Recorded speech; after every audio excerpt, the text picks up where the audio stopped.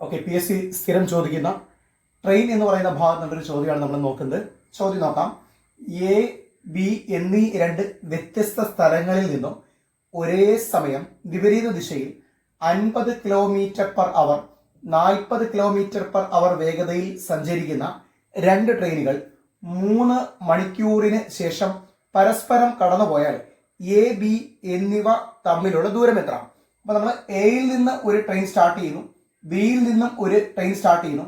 വിപരീത ദിശയിൽ നിന്ന് പറഞ്ഞു കഴിഞ്ഞാൽ എയിൽ നിന്ന് ബിയിലേക്കും ബിയിൽ നിന്ന് സ്റ്റാർട്ട് ചെയ്ത ട്രെയിൻ എയിലേക്കും പോകണം. അത് എന്ത് ചെയ്തു? 3 മണിക്കൂറിന് ശേഷം പരസ്പരം കടന്നു പോകുന്നു എന്നല്ലേ പറഞ്ഞത്? ഇങ്ങനൊരു ചോദ്യം വന്നാൽ വളരെ എളുപ്പത്തിൽ നമുക്ക് ഇത് ചെയ്യാൻ പറ്റും. ഒന്നും ചെയ്യണ്ട. ഇവിടുത്തെ രണ്ട് ട്രെയിനുകളുടെയും വേഗത എത്ര? 50, 40. ഇത് തമ്മിൽ അങ്ങ് കൂട്ടണം. ഇത് തമ്മിൽ എന്ത് ചെയ്യണം? കൂട്ടണം. കൂട്ടിയതിന് ശേഷം ഇത് കടന്നു പോകാൻ എടുക്കുന്ന സമയം എത്രയാ? 3 അല്ലേ? അതുകൊണ്ട് ഗുണിക്കണം. അപ്പൊ എത്ര വരും? 50 + 40 90. 90 × 3 270 ആയിരിക്കും ഇവിടെ എന്തായിട്ട് വരുന്നത്? ഉത്തരമായിട്ട് വരുന്നത്. ഇതൊരു എളുപ്പവഴിയാണ് നമ്മൾ പറഞ്ഞത്. വേഗതകളെ തമ്മിൽ കൂട്ടണം, ദെൻ സമയം കടന്നു പോകാൻ എടുത്ത സമയം കൊണ്ട് ഗുണിക്കണം. അപ്പൊ നമുക്ക് എത്ര കിട്ടി? 270 എന്ന ഉത്തരം കിട്ടി. എന്താണ് ഇതിന്റെ ലോജിക്ക് എന്ന് പറയുന്നത്? അതായത് എയിൽ നിന്ന് ബിയിലേക്ക് ഒരു ട്രെയിൻ യാത്ര ചെയ്യുന്നു. ആ ട്രെയിൻ എത്ര സമയമാണ് യാത്ര ചെയ്യുന്നത്? 3 മണിക്കൂർ.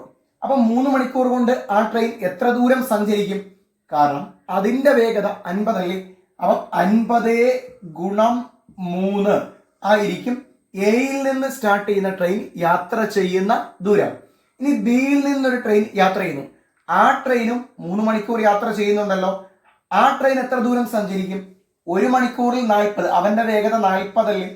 40 × 3 ആയിരിക്കും എന്ത് ചെയ്യുന്നത്? അവൻ യാത്ര ചെയ്യുന്ന ദൂരം. ഈ രണ്ട് ദൂരം കൂടെ ചേരുമ്പം എന്ത് കിട്ടി നമുക്ക്? എന്ത് കിട്ടി? എയിൽ നിന്ന് ബിയിലേക്കുള്ള ദൂരം കിട്ടി. ഇതെങ്ങനെയാ ചെയ്യുന്നത്? 50 × 3 + 40 × 3. 3നെ നമുക്ക് കോമൺ ആയിട്ട് പുറത്തെടുക്കാം. ദെൻ 50 + 40. അപ്പൊ നമ്മുടെ എളുപ്പവഴിയിലേക്ക് എത്തിയില്ലേ? വേഗതകളെ കൂട്ടുക, സമയം കൊണ്ട് ഗുണിക്കുക. ഉത്തരം എത്ര എന്ന് വരും? 270 എന്ന് വരുന്നതാണ്.